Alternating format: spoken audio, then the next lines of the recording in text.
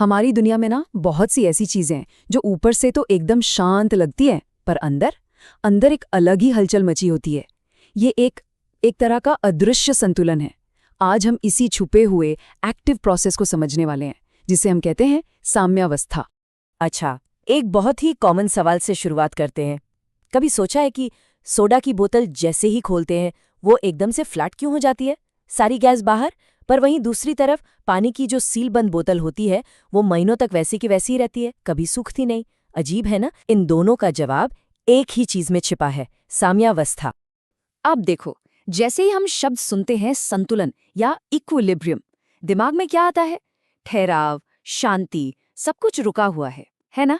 लेकिन साइंस में, स्पेशली जब हम बात करते हैं गतिक साम्यावस्था की, तो यहाँ संतुलन का मतलब रुकना बिल्कुल नहीं है, बल्कि ये तो उससे कहीं ज्यादा इंटरेस्टिंग है। तो फिर इसकी डेफिनेशन क्या है?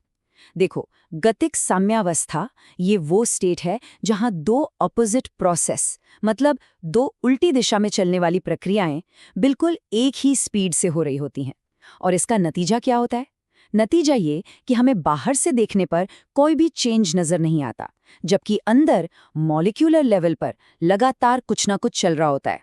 इसको समझने का ना एक बहुत सिंपल सा तरीका है, रस्साकशी का खेल, मतलब टग ऑफ वॉर। सोचो, दो टीमें हैं और दोनों ही पूरी ताकत से रस्सी खींच रही हैं, पर उनकी ताकत एकदम बराबर है। क्या होगा? रस्सी अपनी जगह से हिलेगी ही नहीं, बीच में ही अटकी रहेगी, है ना?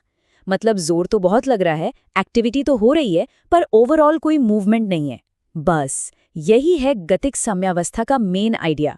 ये एक छोटा सा एक्सपेरिमेंट इस पूरे कॉन्सेप्ट को बहुत अच्छे से दिखाता है।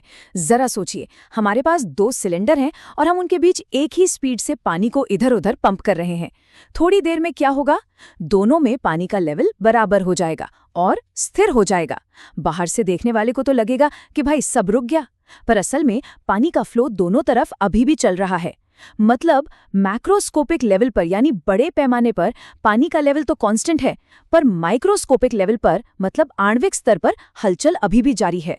तो चलिए अब वापस आते हैं अपनी उस शुरुआती पहेली पर। याद है सोडा और पानी की बोतल वाला सवाल? इसका जवाब ना एक बंद बोतल के अंदर लिक्विड और गैस के बीच जो इक्विलिब्रियम बनता है उसी में छुपा है।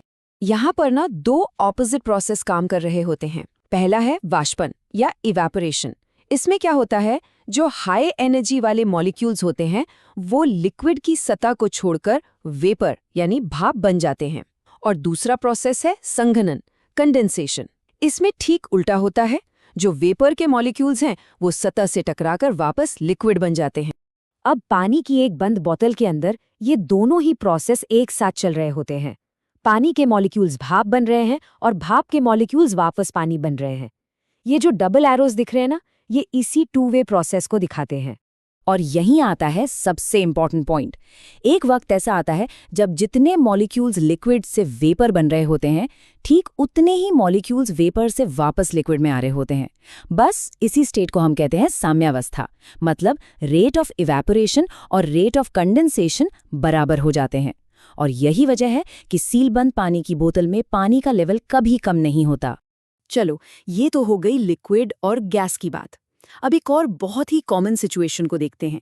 क्या होता है जब हम पानी में चीनी जैसी कोई सॉलिड चीज घोलते हैं? ये तो हम सब ने एक्सपीरियंस किया है ना?